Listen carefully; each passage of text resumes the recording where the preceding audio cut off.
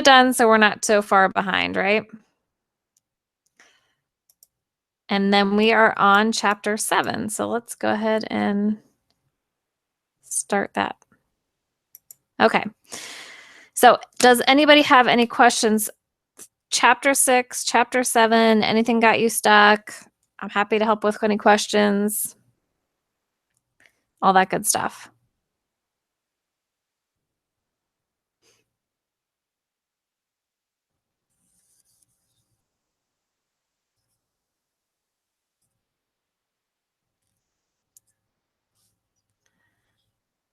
Okay.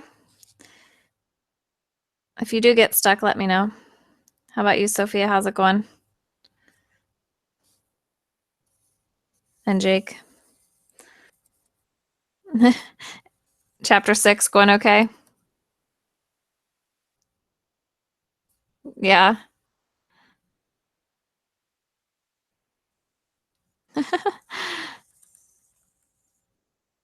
Uh-huh. Did it help?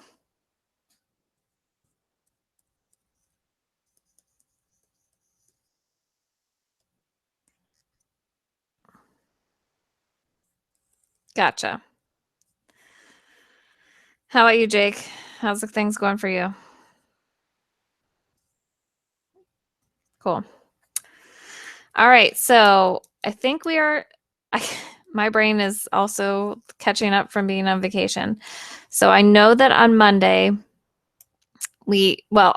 online, there's a video that explains 7-1 ratios, right? And ratios are just another way of writing a fraction.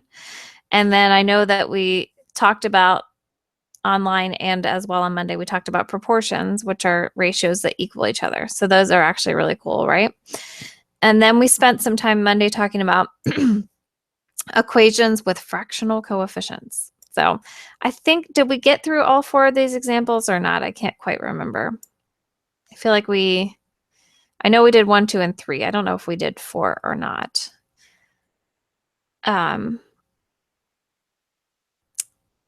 We don't do 4. Okay. So what this is it was kind of it's funny in Algebra 2. I was just teaching this again. So what this is we're going to take all that knowledge that you spent lots and lots of time learning about fractions, and we're going to apply it to algebra. Okay. So, all of the same, there we go. All the same rules apply when it comes to fractions when we have variables in it. So what I mean by that is a long, long time ago when you learned to add and subtract fractions, you learned that you have to have the same denominator in order to add and subtract fractions, right?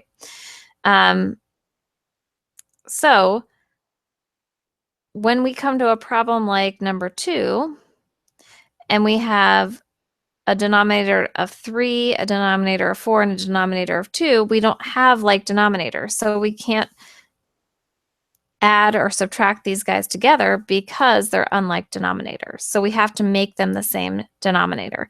And we learned to do that on Monday by finding the lowest common denominator. So the lowest common denominator of 2, 4, and 3 is 12. And then we multiply. So we would multiply this side by 12. And then we would multiply this side by 12. And then we would do some simplifying.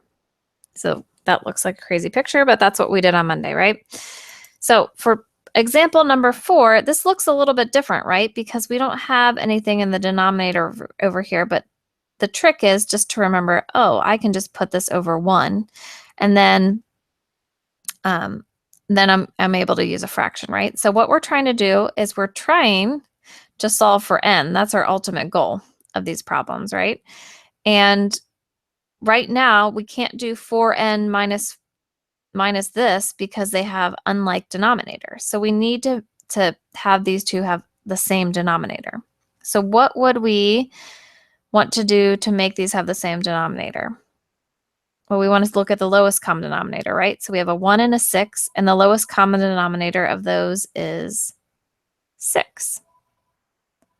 So what we're going to do is we're going to multiply both sides by 6. So on this side, it's going to be super easy. I'm going to do 6 times 0. And over on this side, I'm going to do 6 times 4n over 1 minus 4n plus 5 over 6. Okay, what's 6 times 0? 0, right? What do I have to do over here on my other side of the equation? I'm going to change to black so we can see better. My favorite property, right? I have to distribute my 6 because my 6 multiplies both. So here I'm going to have 6 times 4n over 1. So 6 times 4 is 24n, right? And then my second term, I have 6 times 4n plus 5 over 6. And guess what? These guys cancel each other out, right? So my equation becomes 0 equals 24n minus 4n plus 5. And don't forget that this subtraction applies to everything in the second part. Okay, so it's 24n minus 4n minus 5 equals 0. So 24 minus 4 is 20n minus 5 equals 0. And I'm totally running out of room. So I'm going to send my 5 to the other side. So I get 5 equals 20n. Divide both sides by 20. I'm going kind of fast here, guys. Sorry. N equals 1/4. So I kind of went fast through the math there. But the idea is to get the same denominator, you're going to look for the lowest common denominator. Does that look familiar?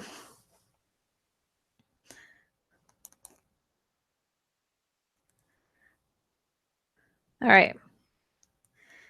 Do you feel like you want to see some more examples of that?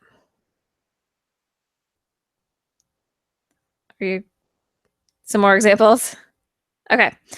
Well, you know what? I just misspoke because the next section is the same thing, except we're going to throw some variables in there. So let's do one more example like this. Let me bring up Paint and grab my book because I have my Algebra II book, but I'll be right back. Give me 30 seconds.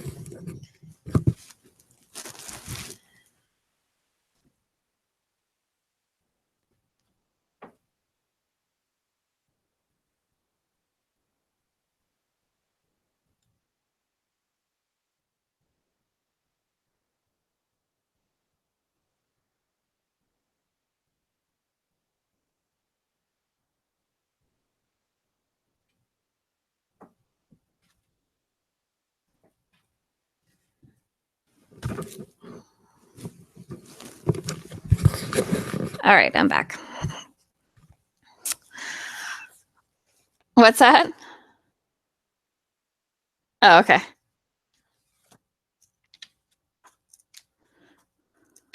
What? What? Just to give you guys a heads up while I'm flipping to the right page. So chapter 7 is kind of a weird chapter because it's like all this fraction stuff in the beginning, and then we're going to switch over to percentages at the end. So just to give you a heads up, it's like kind of two ideas in one. I mean, fractions and percentages are related to each other, and we'll talk about that, but it's just kind of an interesting little section. All right, so if you guys will try it on your own, we'll do number 13. So I'm going to write it down and give you guys a 2-minute head start.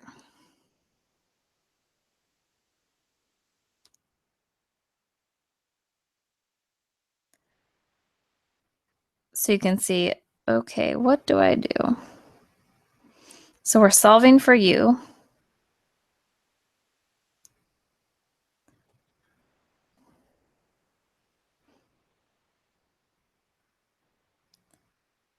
There we go. All right, I'm going to give you guys a 2-minute head start. So start solving. See how far you can get.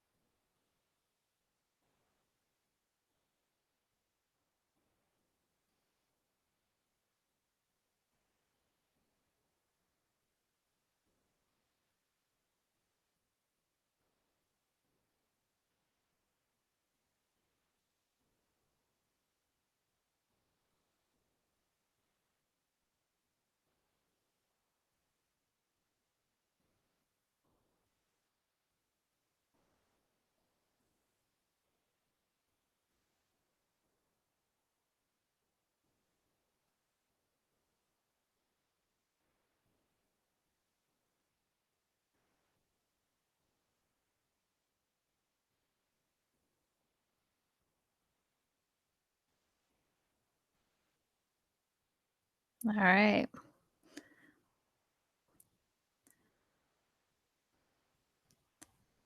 That was fast.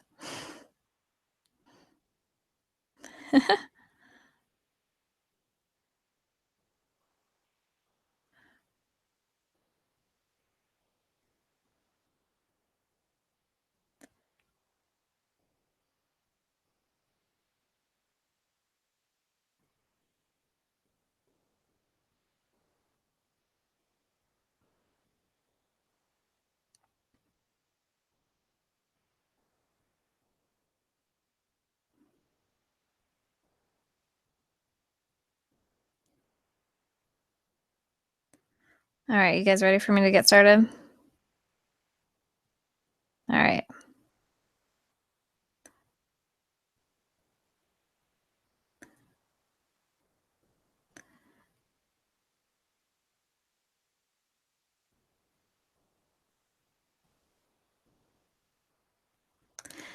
All right, so find my pen here. Okay, so we have regular numbers like 3u and 1, and we have fractions like u divided by 5 and 8u divided by 10. So what we're going to do, and actually I don't know if you've noticed this because I didn't say it specifically, but by multiplying by the lowest common denominator, what we actually end up doing is we get rid of fractions. So that's actually a really good thing, right? So my lowest common denominator, I want to look at 5 and 10. And the lowest common denominator of 5 and 10 is, did you say 10? Is that what you said? I couldn't hear you. It's oh, two. It's actually 10 because it's actually the, yes. Yeah. So, yeah. So what you want to do is you want to find out what multiple they both share in common. So 5 times 2 is 10, right? That's what you were thinking of, Sophia. And then we've got 10. So what we're going to do is we're going to multiply this side by 10, and we're going to multiply this side by 10. And we're allowed to do that, right? As long as we multiply both sides by the same number, then we're good to go. Okay, so second part, what do I do now? I think I wrote this little chart on the board, right? First, you find the lowest common denominator. Then we have to, my favorite property, distribute, right? So we're going to do 10 times 3u, which is going to give, well, I'll write it out. 10 times 3u minus 10 times divided by 5 equals 10 times 1 plus 10 times 8u divided by 10. All right, so by picking the right lowest common denominator, watch what happens to these fractions. So this fraction, the 10 and the 10 cancel out, so we're done with fractions there, right? This fraction, 5 goes into 10 two times, and we're also done with a fraction. So when I multiply all this out, 10 times 3u is 30u minus 2 times u equals 10 plus 8u. So by multiplying by the lowest common denominator, the LCD, right? What have I done? I got rid of fractions. Yay. No more fractions. Okay, so now if I have this, all I have to do is solve for u. So 30u minus 2u is 28u equals 10 plus 8u. Subtract 8u from both sides. I feel like I'm talking about soccer divisions or something. 20u equals 10, and divide both sides by 20, and I get u equals 1/2.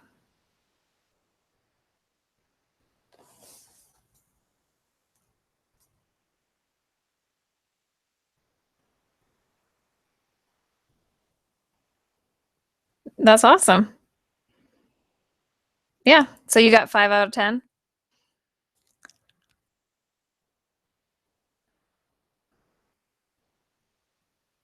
Perfect.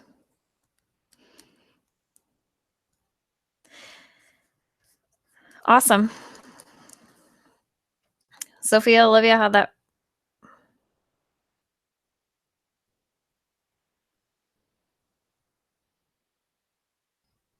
Cool.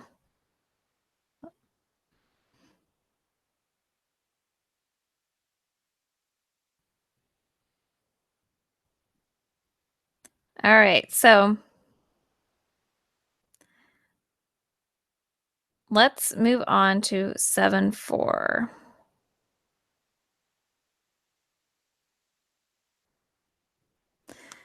So 7-4 is just like 7-3, except the added twist is dun, da, da, da, in the denominators are not going to be the same.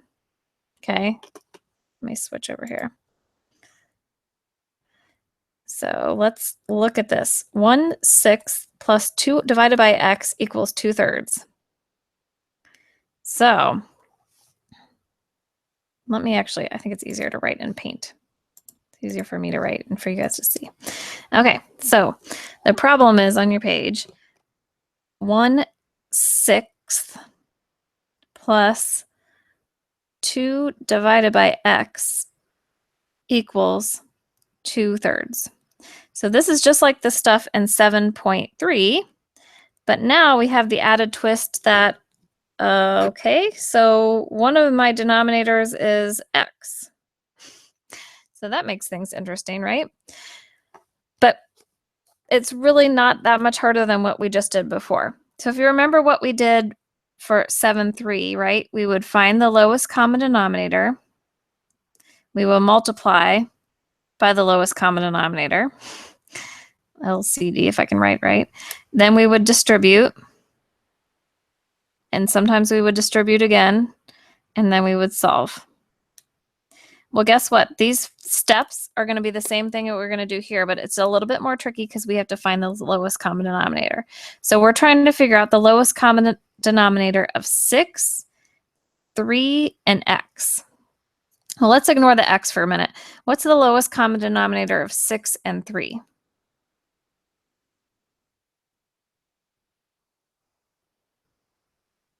6? I think it's just 6, right? Because 3 times 3 is 6.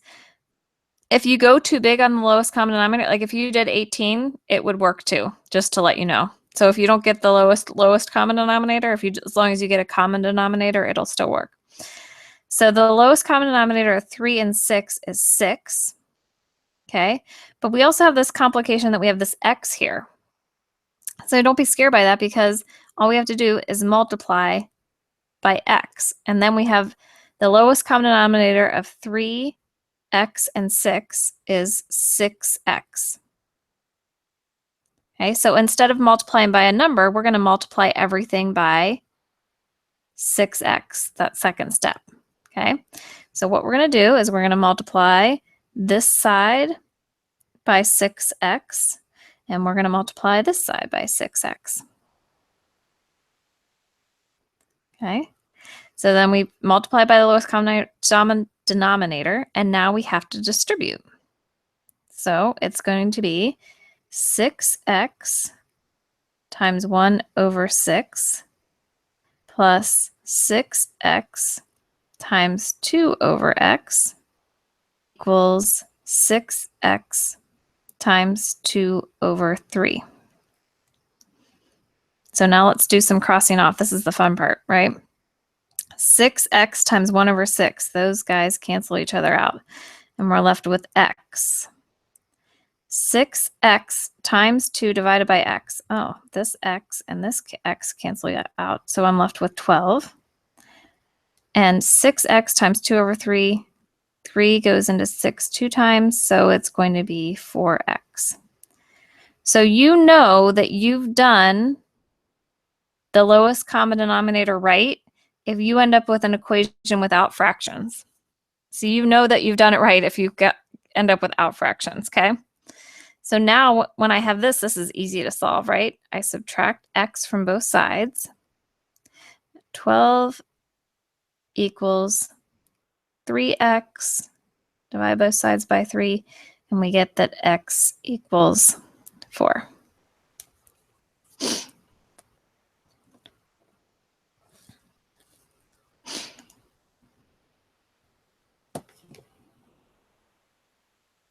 Nice, right?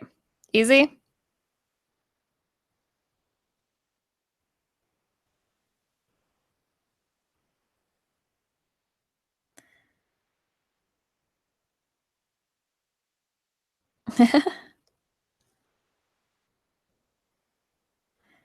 So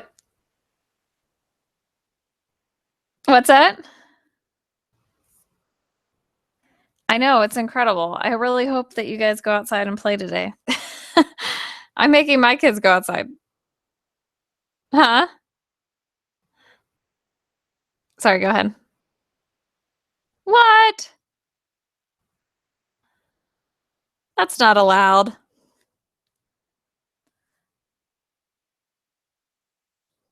That should not be allowed. They should change it to outside. All right, so let's do a few more examples. Again, if you 7-3 and 7-4 are exactly the same, they just have the added twist of having a variable in the bottom.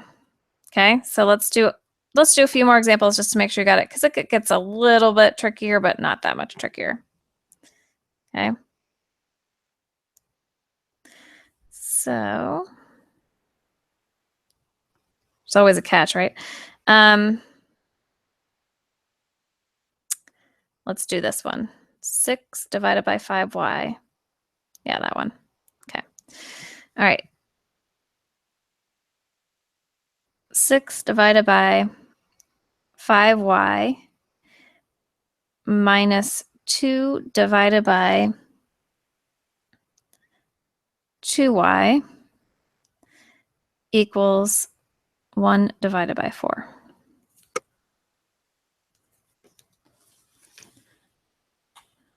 Okay, so do they have the same denominator? We have to find the lowest common denominator first, right? The LCD. So we have a denominators of 5y, 2y, and 4. Does anybody have a guess what the lowest common denominator of those would be? Yeah? 20, but don't forget about the y. So it would be 20y, right? We don't get to forget about the y. So if I multiply, I want this color to be blue. There we go. Multiply this side by 20y. And I multiply this side by 20y. Then I have to distribute, right?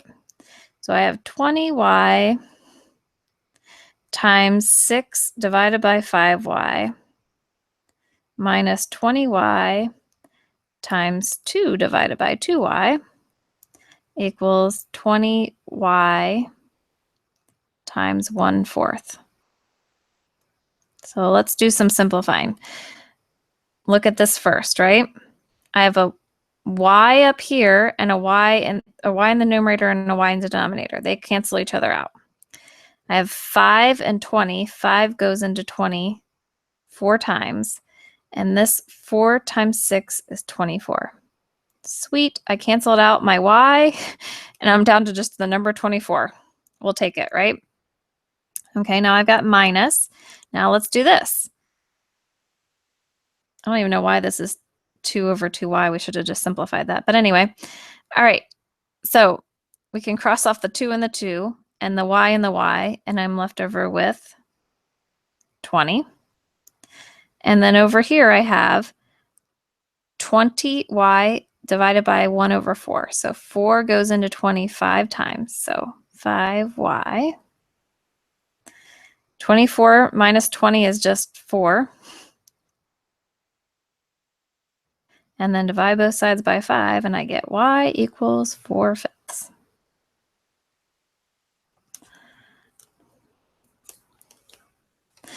Easy peasy, right? See, excelente, however you say that in Spanish. All right, one more example, maybe two. We'll see. Let's get a little bit more complicated. So which example is this? Yes, Z. Good old Z. Okay. Z over Z minus 1 equals 9 divided by 8. So for all these problems, we've been doing, well, let me just draw it. Whoa, that's not what I meant to do. Just trying to draw a line. There are going to be two ways to solve this guy. I'm going to show you the way that we've been doing every single time, and then I'm going to show you the shortcut way. Okay, so what we've been doing is we've been finding the lowest common denominator. Well, what's the lowest common denominator of Z minus 1 and 8? The lowest common denominator of those two is actually just multiplying them together. It's 8 times Z minus 1. Okay, does that make sense? Because we don't really know what Z minus 1 is, but we know the other one's 8. So if I multiply them together, I'm at least going to have one lowest common denominator. So what I'm going to do is I'm going to multiply both sides by 8 times Z minus 1 times Z over Z minus 1 equals 8 times Z minus 1 times 9 over 8. So now I'm going to do some crossing off. Z minus 1, Z minus 1. I'm left with 8Z equals, and then over here I've got 8 and 8, 9 times Z minus 1. 8Z equals 9Z minus 9. I distributed my 9. And I end up with, I got to move some stuff around, right? I'm running out of room. Basically, I end up with Z equals 9 if you solve that. Okay? So that method of using the lowest common denominator works. It's just a little funky how you get the lowest common denominator, right? A little weird. You just basically multiply the two together. Okay, so here's the way I think is slightly easier. It's kind of the shortcut. Do you remember, and probably you don't because you guys are still working on chapter 6 stuff, I know. But this looks a lot like something that we did in 7.2. So on the call or in class on Monday. This is actually a proportion, right? We have a fraction that's equal to another fraction. And if we have this, then this is a proportion. This is two ratios. And we can use the butterfly method in order to simplify this. So we can just do 8 times Z equals 9 times Z minus 1. It's just like the proportions that we did in 9.2. Now, if you look at our other equation, that's exactly the same as what we came up with before, right? We're going to get 8Z equals 9Z minus 1. Subtract 8Z from both sides and add 1 to both sides. We end up with 1 equals Z. Oh, sorry, I forgot to distribute. You guys, 9 equals Z. So which one do you think is easier, the regular old method or the proportion one? Or did I just lose you guys?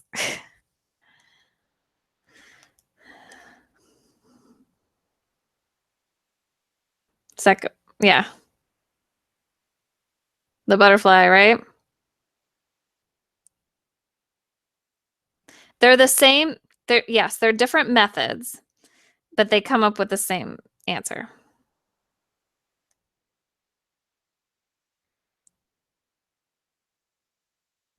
No. You don't have to do both. This green arrow here was just pointing out that you end up with the same equation. If I can make this work here. My computer doesn't want to work. Come on. I don't know what's going on. Anyway, that arrow that I'm trying to change the color of at this moment. There we go. It's just saying that either method you use, this is method 1, this is like your standard method, and this is 2, either method ends up with the same equation.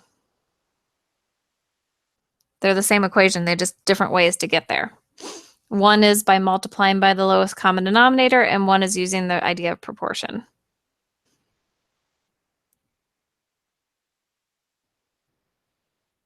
All right. So let's do one more and then I'll send you guys on your way. So hopefully you can go outside and enjoy the sunshine before it's supposed to like storm or something crazy.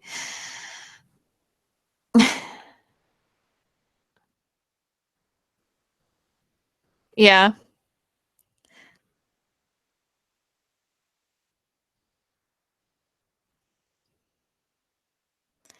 I would say it's supposed to storm tonight and then be like freezing cold.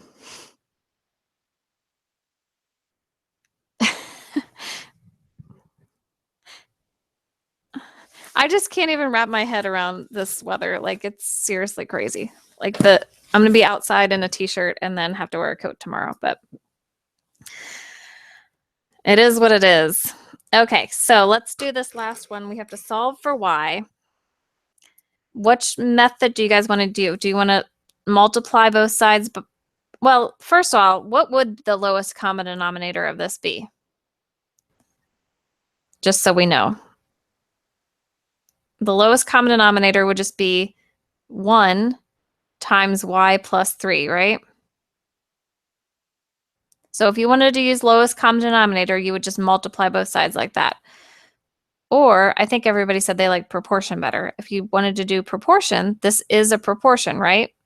So I can multiply this way and multiply this way.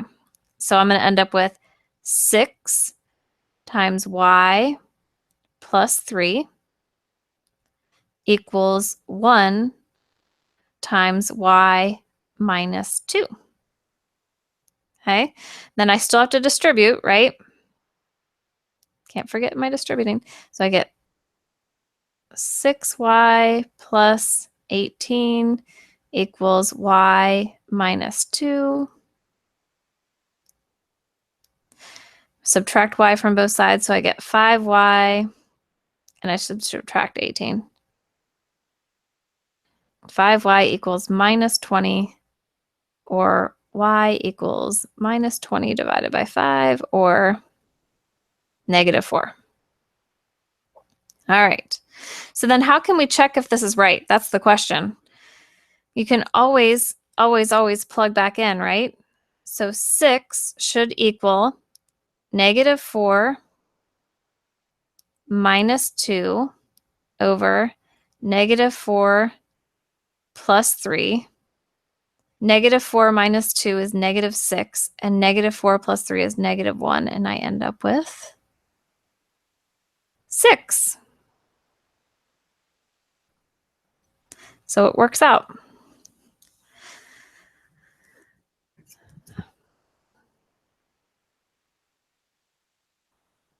All right, so any questions about that? Seem pretty good? Not too bad?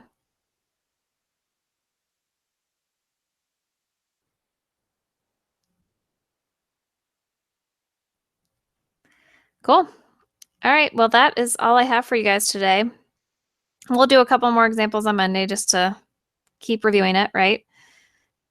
And that is that.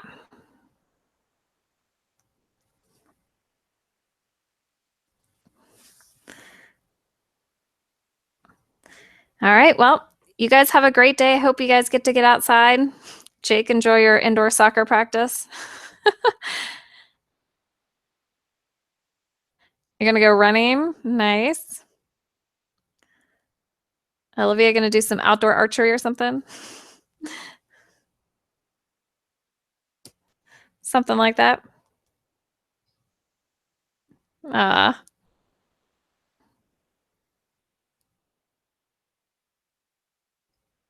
Yeah. Thanks. You guys too. I'll see you on Monday. And let me know if you have any questions. Bye, guys.